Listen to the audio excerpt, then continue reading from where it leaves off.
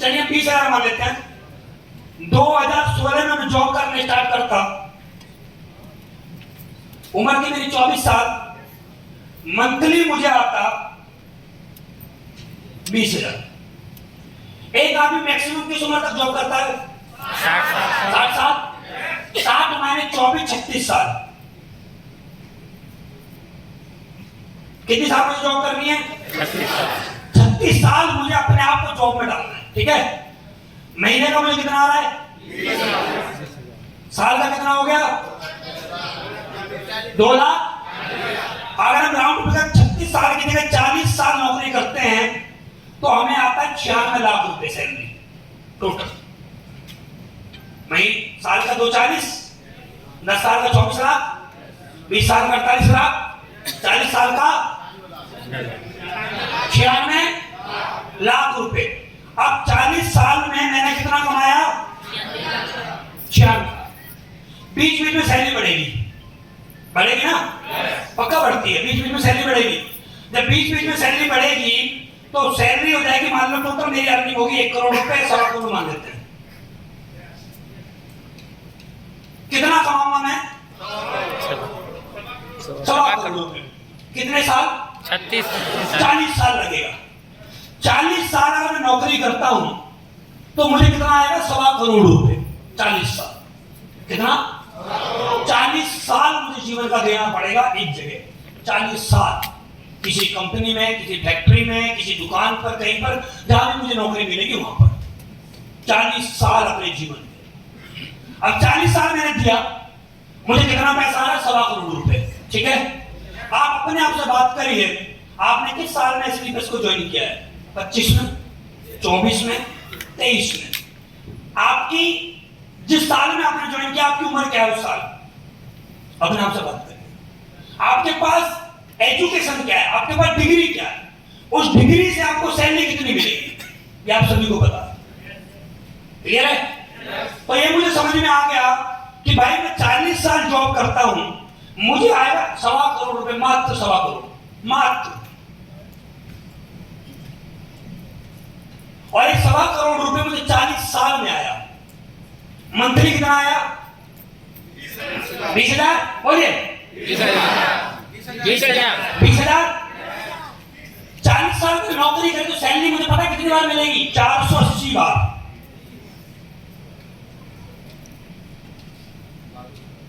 40 गुणा 12, 480 महीने। सैलरी कितनी बार आई? 480 बार। जैसी मुझे सैलरी आएगी, आपको जब सैलरी आती है, वो सैलरी आपके पास आई, कितनी देर में खर्च हो जाती है वो? 24 से 48 घंटे का दर्द खत्म। 24 से 48 घंटे। बोलो 24 से 48 घंटे मात्र 1 घंटे में 80% खत्म होती है। एक नौकरी करने वाला आदमी पूरे महीने में कौन से दिन खुश रहता है? जिस दिन सैलरी आती है, जिस दिन सैलरी आती है, जिस दिन सैलरी आती है। और सैलरी आने के पीछे जैसे वो घर गया, घर पे एक पेपर रखा होता है, दूध वाला का, दूध वाले का, लाइट का बिल, राशन का, गैस वाला, बच्चों की फीस, घर का किराया, आया ना? यस, बाइक की EMI, मोबाइल की EMI, घर में कोई टीवी तो उसकी EMI, जो भी हमारे खर्चे, 80% पैसा हमारा अगले 1 घंटे में खत्म। अब बचा कितना? 20%। मात्र सैलरी मेरी 20,000, 80% मतलब 16,000 मेरा गया, 4,000 मेरे पास बचा। अब 4,000 में मुझे 29 दिन काटना है। 4,000 रुपए में अब मुझे 29 दिन काटना है। उसके बाद अगर उसी महीने कोई त्योहार आ गया तो रक्षाबंधन आ गया, होली आ गई, दीपावली आ गई, करवा चौथ आ गया, छठ पूजा आ गई, या और भी जो भी त्योहार है हमारे देश में, बड़े बड़े कोई भी त्योहार आ गया तो क्या 4,000 में चल पाएगा? बच्चों के एग्जाम एडमिशन आ गई, चल पाएगा? कोई हारी बीमारी घर में आगे चल पाएगा? कोई मोहल्ले पड़ोस में कोई शादी आगे चल पाएगा? कोई रिश्तेदारी में कोई शादी आगे चल पाएगा? अपने घर में अपनी बहन की, भाई की शादी आगे हो पाएगा? क्या होगा? कर्जा, वेरी गुड। अब हो गया कर्जा, कर्जा हमने ले लिया, मान लो हमने 1 लाख रुपए कर्जा ले लिया कहीं से, अब उस लाख रुपए को बचाने में फिर जीवन जाएगा।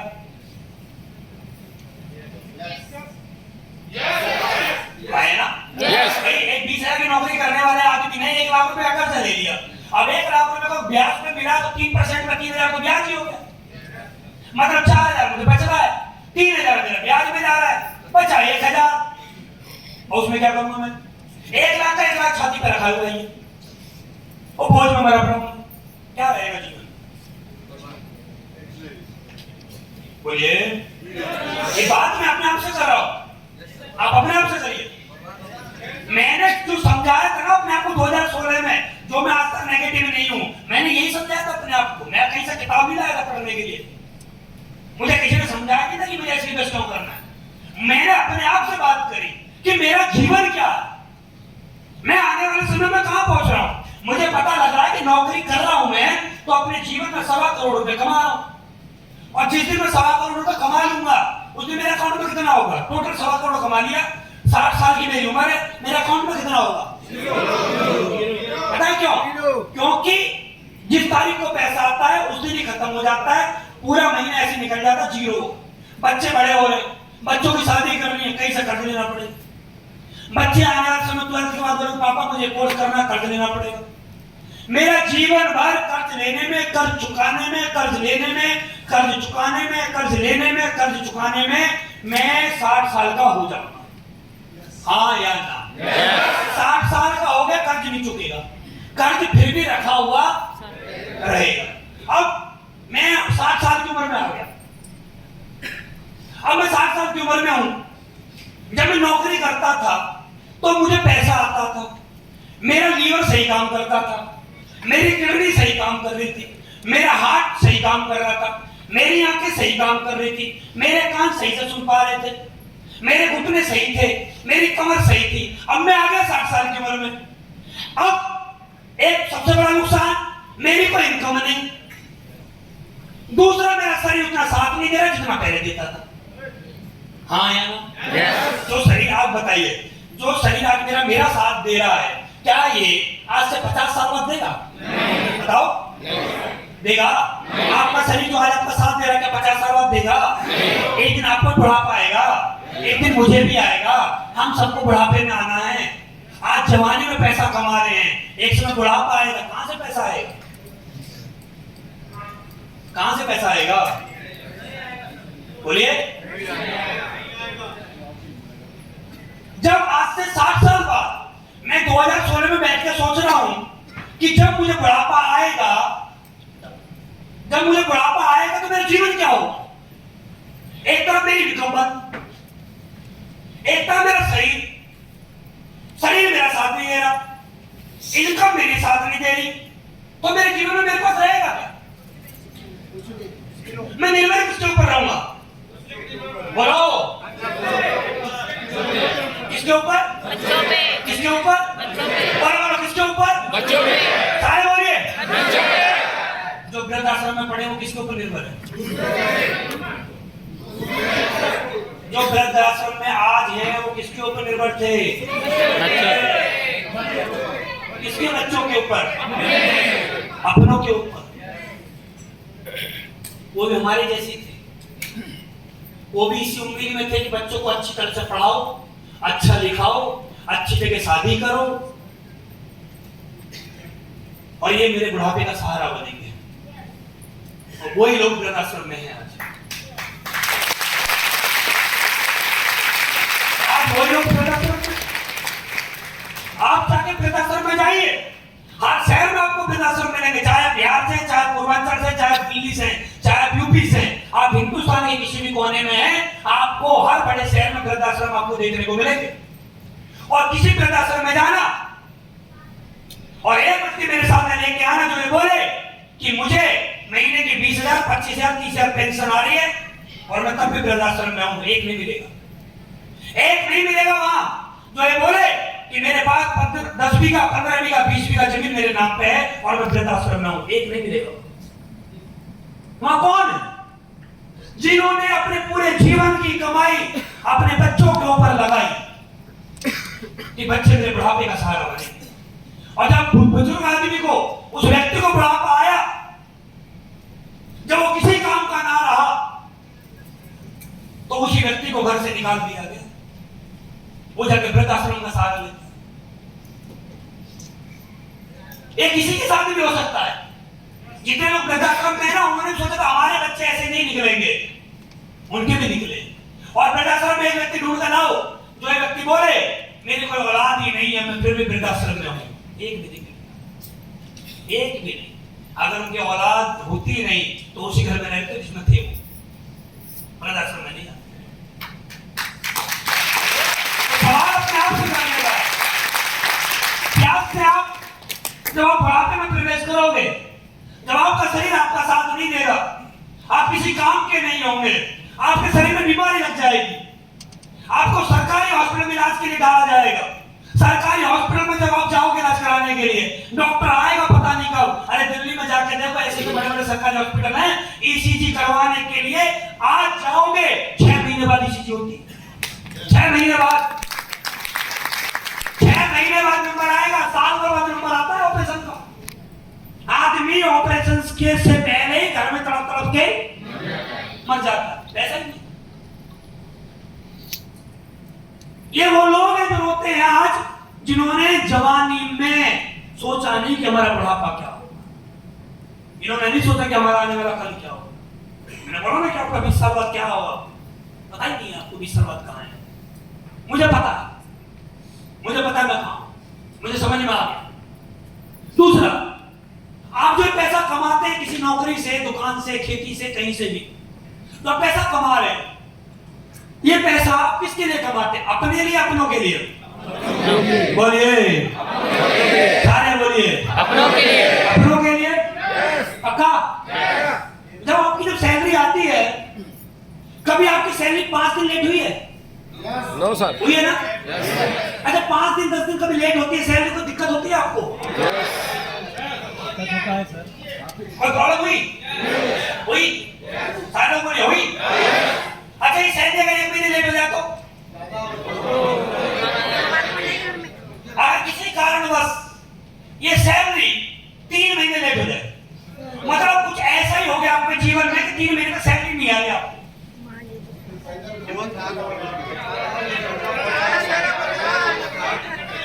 क्या वो कर्जा लेना पड़ेगा? 6 महीने लेट हो जाए तो और कर्जा देना पड़ेगा। तो बीजे वाले तो आप होने जो आपको बैंक कर्जे देता रहेगा, और दुनिया में इतनी भी चलती कि आपको आदमी कर्जा देता रहेगा। आदमी सैकड़ों को जानता है, 10 लोग कर्जे वाले देने वाले होते हैं, और जिसका लिया उसका नहीं दिया वो दोबारा क्यों देगा? जगह बदलना पड़ेगा। एक जगह से दूसरी जगह पे जाने के लिए, वहां रहने के लिए, रेंट पे लेने के लिए, वहां सब कुछ करने के लिए वहां पैसा चाहिए, वही नहीं तो 6 महीने सैलरी नहीं, क्या हो? घर बर्बाद हो जाएगा सर। आत्महत्या कर लेगी तो बीवी का क्या होगा? बोलो। मैं आपको समझाने की एक कोशिश करने के लिए जा रहा हूं। आप जिन लोगों के लिए पैसा कमा रहे हो अपने बीवी और अपने बच्चों के लिए, अगर जब आपके घर में 10 दिन सैलरी लेट हो जाती है, आपको समस्याएं खड़ी हो जाती हैं, अगर कभी सोच के देखना, ध्यान करके सोचना, अगर आपको कुछ हो गया और आप दुनिया से चले गए, आपके जाने के बाद क्या जिस नौकरी को करने के लिए आप सुबह जाते हो रात को आते हो, क्या आपकी वाइफ इस काम को कर पाएगी? क्या उस नौकरी को आपकी वाइफ कर पाएगी? आप ध्यान से देखना, ध्यान से समझना। आपकी नजर में कुछ लोग दुनिया से चले गए होंगे, जिनके पीछे उनकी बीवी रह गई है, उनके छोटे छोटे बच्चे रह गए हैं। क्या वो परिवार उस तरह से ही खाना बना पा रहा है अपने घर में जैसे पहले बनता था? देखिए, उस आदमी का तो दुख रहेगा जो गया है, लेकिन क्या वो परिवार उसी तरह से खाना बना पाता है अपने घर में? क्या उसी तरीके से राशन आ पाता है? क्या उसी तरीके से वो अपने बच्चों को फीस दे पा रही है? क्या वो लेडीज अपने बच्चों की परवरिश उसी तरह से कर पा रही है? क्या वो अपने बच्चों को वही एजुकेशन दे पाएगी जो उसके पिताजी सोचा करते थे? नहीं कर पाएगी। हाँ यार, तो सोचने वाला एक विषय है। जब किसी का आदमी दुनिया से चला जाता है, वो लेडीज अकेली जब बचती है, उस पर कोई काम करना नहीं आता है, वो कभी नौकरी गई नहीं है, उस पर वो नौकरी करनी नहीं आती है, क्योंकि आदमी काम करता था 25-30 हजार कमाता था, और जब काम करेगी तो उसको 25-30 हजार मिलेंगे नहीं, क्योंकि उसमें वो टैलेंट नहीं है, उसके पास वो एजुकेशन नहीं है, वो नॉलेज नहीं है। अब उस लेडीज को कोई काम ढूंढना पड़ेगा। वो काम क्या मिलता है? कहीं झाड़ू पोछा,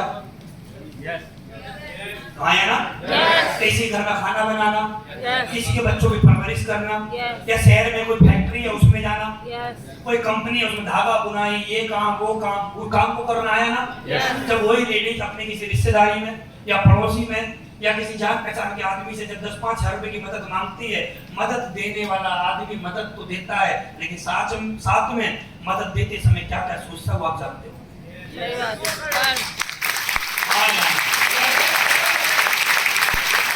वो क्या सोचकर मदद कर रहा है ये आप सभी जानते हो। क्या उसके विचार क्या? ये सोचने वाला विषय है कि कल को हम दुनिया से चले गए तो हम नौकरी जो कर रहे हैं हमारी वाइफ के इस काम को कर पाएंगे। आप क्या समझा? जीवन को समझते ही नहीं ना अभी जीवन को समझे ही नहीं। सुबह उठ के क्या खाना है, क्या बनाना है, ले आओ एक पूरी और ले आओ, बस ये जीवन आपका।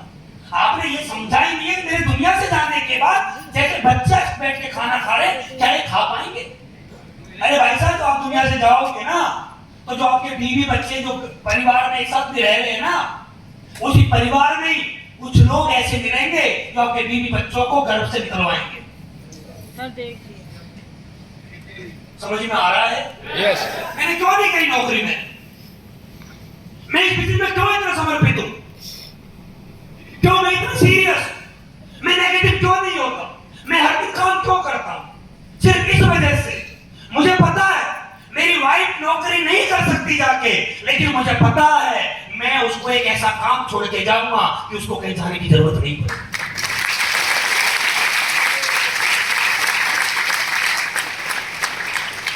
अगर मैं नौकरी करता हूं तो 60 साल में 480 बार खुश रह पाऊंगा। अगर मैं नौकरी करता हूं, सैलरी आएगी तो जीवन चलेगा, सैलरी नहीं आएगी तो जीवन नहीं चलेगा। मुझे समझ में आ गया। मैंने अपने आप को समझाया कि मेरे लिए सही क्या है, मेरे लिए गलत क्या है। अरे जो आदमी अपने बारे में सही और गलत का चयन नहीं कर सकता वो दुनिया में कर क्या सकता है? जिस आदमी को यही पता नहीं कि मेरे लिए सही क्या है और मेरे लिए गलत क्या है, जिस आदमी को इतना ही पता नहीं वो क्या करेगा जीवन? जिस आदमी को यह पता नहीं कि नौकरी से मेरा भविष्य खराब हो रहा है, इस एसलीपेस से मेरा भविष्य बन रहा है, और फिर भी वो नौकरी की तरफ जाता है, फिर भी वो एसलीपेस की तरफ नहीं आ रहा है, तो उसको दुनिया में मैं क्या, दुनिया में कोई और समझा ही नहीं सकता।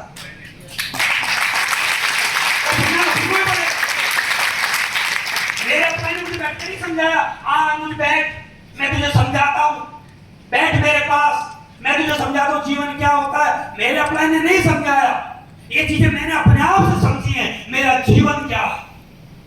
अरे जिस आदमी को अपने जीवन के बारे में पता नहीं है वो जीवन में करेगा ऐसी हंसी मजाक मस्ती। कपिल शर्मा थोड़ी हो, कपिल शर्मा हंसी मजाक मजबूरी में करता है, क्योंकि उसको हंसी मजाक करने से पैसा आता है और हमारे हंसी मजाक करने से परिवार का सत्यानाश होता है।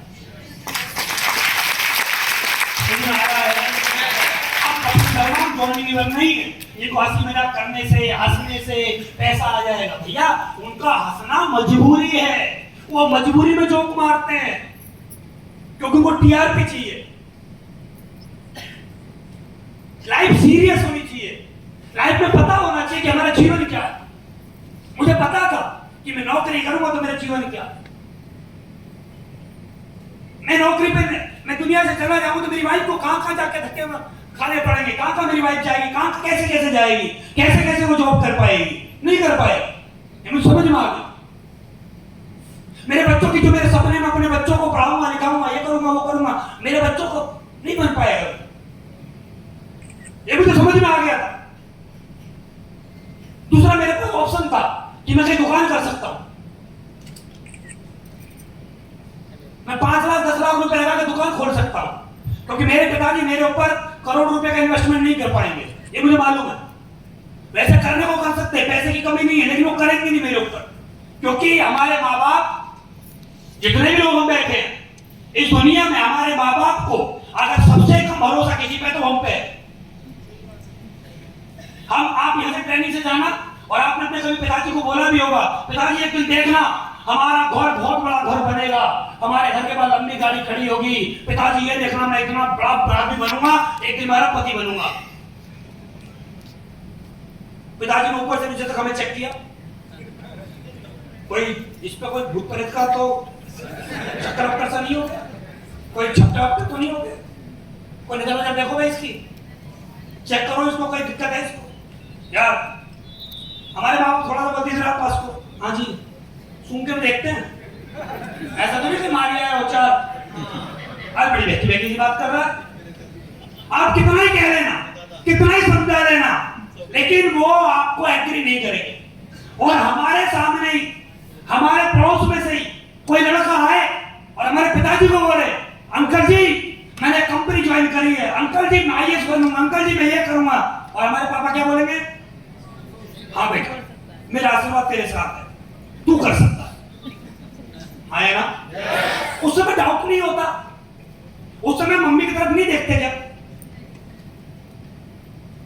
बोलो कि मेरे पापा उसको तो आशीर्वाद दे रहे हैं, मेरे को बोले तो कुछ नहीं कर पाएगा।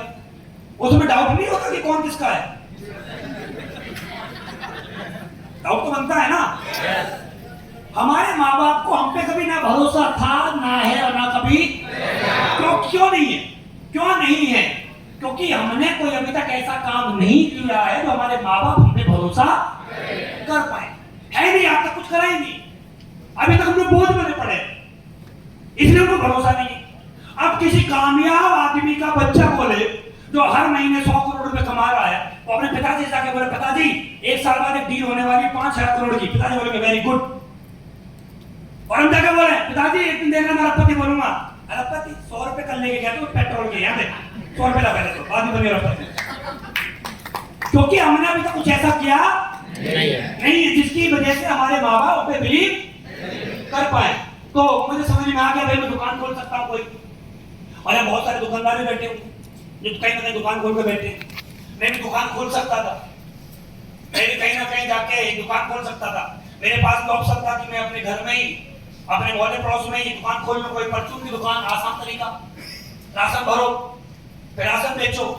मैं सुबह 6 बजे बैठता, रात को 9 बजे तक बैठा रहता। ये होता दुकानदार का। मोहल्ले पड़ोस में दुकानदार होते हैं, सुबह 6 बजे बैठते हैं, रात को 9 बजे तक बैठे रहते। सुबह 6 बजे उनके पास ग्राहक आते हैं। ग्राहक क्या मांगते हैं परचून की दुकान से? 1 किलो चीनी दे दो जी, 1 चाय की पत्ती दे दो, 1 ब्रेड का पैकेट दे दो, 2 मट्ठी दे दो, है ना? ये मांगते हैं। 1 दूध का पैकेट दे दो, और बाद में एक बात और बोलते हैं, लिख लेना। ये होता है मोहल्लों में, आया ना? क्योंकि दुकानदार की मजबूरी है भाग देना, नहीं देगा तो कहीं और से लेगा, तो लिमिटेड घर है, लेना मजबूरी है। फिर दोपहर को कुछ लोग आते हैं, कुछ लोग पैसे भी देके जाते हैं, कुछ लोग उधार भी देके जाते हैं, पर दोपहर को कुछ लोग आते हैं कि ये सामान दे दो, 5 किलो आटा दे दो, चावल दे दो, दाल दे दो, 1 नमक का पैकेट, जीरा का पैकेट, हल्दी का पैकेट, और बाद में क्या लिख लेना देंगे। शाम के समय को गिराते हैं, कुछ लोग और आते हैं शाम के समय, गिरा 4 गिलास, 1 सोडा, 1 भुजिया, 1 मूंगफली, 1 हींग चना, हाँ जी ये मांगते हैं, और बाद में लिख लेना।